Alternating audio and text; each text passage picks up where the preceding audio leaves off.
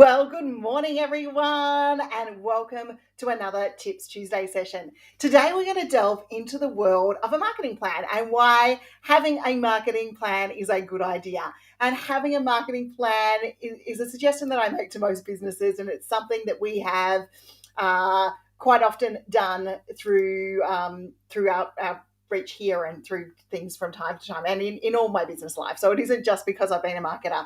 And of course, my brain is going in two different directions this morning. So apologies for my stumbled words. If this is your first time tuning into a Tips Tuesday session, let me introduce myself before we delve into today's topic. My name is Linda Reed-Enever. I'm the founder of Business, the Course Creators Circle, and I lead the impact team here at Enever Group, and I help you take your story and your message to market. And the reason that I do that is because I love teaching others what I do, and I love helping you understand, grow your reach, and monetize that knowledge that you have within your head. So why do we have a marketing plan? Why in business is a marketing plan important? Why did we put the work into something like the marketing planner that we created for Enever Group over the last little while? Why do we do all of that? And why is it important that we sit down and we plan within our marketing? Now, a marketing plan isn't something that gets done today and forgotten about tomorrow. It is an evolving document that works within your business. And the rule of thumb in marketing, if you're new to it, is what you do now quite often reflects and happens in 3 months' time down the track when you're looking at your sales and you're looking at your impact, because it takes time, especially in the world of marketing today, where we're talking more and more, rather than instant purchase, human to human and relationship marketing to build with your people. So a marketing plan needs to have a number of elements that are in it. The other reason we want to have a marketing plan is because if we write something down and we're looking at having a plan, we're a little bit more proactive than we are reactive to rolling things out. And being proactive means that we're not hitting a point where we go, oh my God, I need sales. I have to go get sales. How am I going to get them? We're actually proactively attracting and working to get those sales and those pieces of education within our market. And we're building up our list. And if the last couple of months on Facebook and that have taught anyone anything, it's all about building our own lists and having our attraction component from there. And the other thing is it's consistency. If we plan it, we've got some ideas in the bank. We're not sitting there going, oh my God, what do I do now? And we consistently are showing up and communicating with our potential and future clients along the way. So there's some reasons about why we would have a marketing plan. Now, things that you put in your marketing plan, let me stress this, do not need to be done all at once. It is a series of activities that you are going to roll out over time. And that's why inside the marketing planner, we've got things like, different tutorials for you to learn each month, different how-tos, how to create your lead magnets for the quarter, and we've broken things down into achievable tasks. But, there's obviously more things that you can do when you're putting together your marketing plan. So for those of you who are brand new to this, there are a couple of elements that I like to make sure that we've got in place for a client before we even start looking at a marketing plan. And that is their brand voice. So how do they want to be perceived? Are they friendly? Are they encouraging? Are they a little bit relaxed, or are they professional and highly professional and highly toned in those areas? So there's no relaxing, there's no room for what I call perfectly imperfect. It's all very professional, very corporate along the way. And your brand voice becomes how you speak when you're looking at that brand. So what words would you use? What words would you not use? The other thing then is your communication style. Is it relaxed? Is it funky? Is it, once again, is it corporate? Think about your brand colors. What are your brand colors? What type of fonts are you going to use? Is there a consistency of fonts within your marketing plan that you're going to use so that people can then relate back to this document, and they relate back to, this is what more of a style guide, but we're touching into it before we go into our marketing plan. It becomes into the style guide component so that we know what our brand voice is and we know what our style is. Now, the other thing that we need to think about when we're putting together our marketing plan is our customer profile. So who are we working with? Where do they hang out? Because that's going to include work with our marketing. What type of style do they like? Communication style do they like? Because we know regardless of what communication style we like, if we don't communicate in the way our clients want us to, then the connection is not there. So then we have our customer profile. So they're the things about, who is my customer? Not so much the nitty gritty of, they're a particular age group, but my customer is this type of person. They hang out in these areas. And if you don't know where they hang out, go and ask the existing client base or do a little bit of research. And that comes into the next component we're going to talk about for the marketing plan, and start to get a bit of a feeling about where you are. So the first activity inside, I'm going to drag the marketing planner actually over with me. The first activity we actually get you to do inside your marketing plan is actually a little SWOT. So a little bit of a marketing SWOT so that you get to know where you are and what you do. So it talks about the content you've currently created. So if you're starting your marketing plan for this year, this activity, regardless of whether you've got the marketing planner, is really handy. So it's about what content you currently have created, what would you like to create, what do you have the skills to create, because in our marketing plan we need to know what skills we've got, and then what would I like to learn to create. My audience engages with my competitors in, and this is the next component of the marketing plan we're going to talk about, your competitor analysis. And my audience engages with my brand on, so where are your people organizing with your brand. So the other thing is, in that SWOT, there's another page in here, another activity. So we just went for the content point of view, but this is the other thing. Where can you be found already? Where do you want to be found? So we can put those into the list for your marketing plan. What do you know about? So what, creating content around those areas. What do people refer to you for? Where are you on Google? So run a Google search and make sure you find out where you are. And what do you want to be known for this year? Because that's what is going to work really well. And then the next component is your competitor analysis. So competitor analysis is an important part of any marketing plan. Once again, whether you're using the marketing planner or not, competitor analysis is huge because what it allows you to do is find out who they are. So who are, in your eyes or in your customer's eyes, your main top 3 competitors? What do they offer? So what are they offering? What services, what products, how are they relating to their people? And also, what do they offer from a marketing perspective? What are they doing that is going to help you?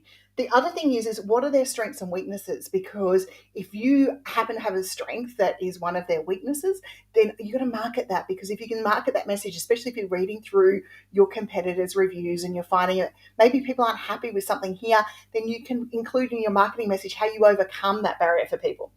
How do they reach out to their customers? Because they've done some market research for you, especially if you're brand new to this marketing plan thing. How do they reach out to their customers? Are they sending newsletters? Are they out in social media? What social channels are they using? What are their reaches like? What are their numbers and what are their reaches like on those channels?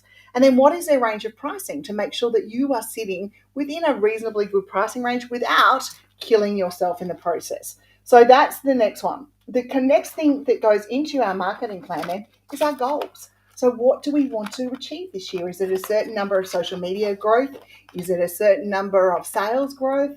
Is it that we want to, be consistent getting our newsletters out? What are our goals? So for example, in-house, my goal is to get my YouTube channel to 1,000 subscribers this year. I sort of set that goal last year and then COVID really screwed with my ability to be able to create all of that with home learning and those sorts of things. So what are your goals? What is the income goal? What is the sales goal? What is the social reach or engagement goal?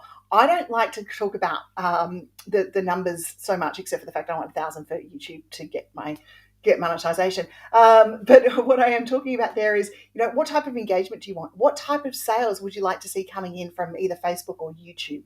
What type of newsletter reach would you like to see? Because one of the biggest things that I'm focusing on with all of our clients this year is building their newsletter list. Building on someone else's real estate is lovely, but it can be taken away at any stage in time. So how are you going to build your newsletter list? So what sort of lead magnets are you going to have? And what goals are there? So we take a look at your newsletter list today and set a target about what you would like it to be between now and the end of the year. Bearing in mind you're going to have a little bit of attrition and a little bit of growth and peaks and troughs along the way, and that's all going to help from there. So we've covered the competitor analysis. So the other thing that I like to see in our marketing plan, I like to do this every year, is look at our customer journey. Okay, so where does our customer come in? And where are we missing marketing to them something else along the way? But on our customer journey in our marketing plan, what happens? So if someone comes in and they opt in for a freebie, what's the next level we're going to take them to? Is it an ebook? Is it a course? What are we going to do? So what's the actual journey up the marketing tree, as I like to call it, that our customers are taking? And these are something that I think should be reviewed each and every time you write your marketing plan. And just making sure that along the way, we still have the content that allows our people to climb up that marketing tree to the next level. So, if they come in on a freebie, normally our next step is a mini course or an ebook, or a webinar or a membership. And so we're moving them up the ladder that way. But we've got some little branches that if they're not ready to go to that offer, they can go to the next components over there. So how is our customer journey going? And are we making sure that we are communicating with our customers well along those journeys? Are we giving them the opportunity to get out there? So our customer journey is one of those. And then we've got to create some lead magnets. We want to be able to create some lead magnets and some nurture sequence flows to make sure that we are looking after those customers as they come in to our database. So making sure you've got some lead magnets in place and those things from there. Then once we've attracted those customers, we've got what we call the communications and the maintaining the customer. So whether they're on social media or whether they're on your newsletter list, this is about the communication to your people. So we're looking at things like newsletters. So what's my monthly newsletter theme going to be? How's our blogs and our content going to relate to that? How's our videos and our tip-based things going to help along those ways to really help you reach out to your people and engage with them on a regular basis. So our inside our plan then is our newsletter. How are we going to communicate to people? Now, is that newsletter going to be electronic? Is it going to be on social media? Is it going to be on websites, or are you going to send a printed, hard copy mail and really disrupt the industry, sending a hard copy version of your newsletter so that people can engage with you that way? That's not a bad one. The other communication styles are how are you going to communicate with your customers? So what's happening in the workflows when someone orders from you? What emails do they get? How do they get communication? If they're buying a membership or a course from you, then how are they getting communicated to throughout that journey? Do you send your members a weekly update? Do you send them maybe only once a month update? Whatever you do, just making sure that you are communicating to those people as well. And then your social messaging. So how am I going to, what social plan do I want to do? What's my theme? Where am I going to spend my time? Now, use your analytics and your insights to understand where your audience are. What might you try during this period as well is a huge one. So making sure that you really are starting to learn a social platform, starting to learn a channel, starting to being able to communicate with your people in a strong way and doing it one component at a time. Inside your marketing plan, if you can break your months up into 12 months worth of themes, if you can deliver those themes then via the newsletter, then via the social media, and then mix it in with some other evergreen marketing that you have a really good foundation for consistency. And the biggest thing that I can say that you need to put into your marketing plan is allocated time from you in your calendar, in your days, in your weeks, or to get a marketer to do it for you, to make sure that you are using the time that you have to being able to engage with your audience on a regular and ongoing basis. Now, there are many, many webinars and sessions coming up in the business area in our skills section, including one on using video to boost customer satisfaction. With a handy new little app we're using in-house now called Bongiorno, which is really, really cool. There are so many sessions coming up, but building super fans with personal video is one, and we know video is going to be a huge thing for our marketing plans within 2022. So I'm just going to pop the link in now for you guys to have access to that one as we wrap up this Tips Tuesday session.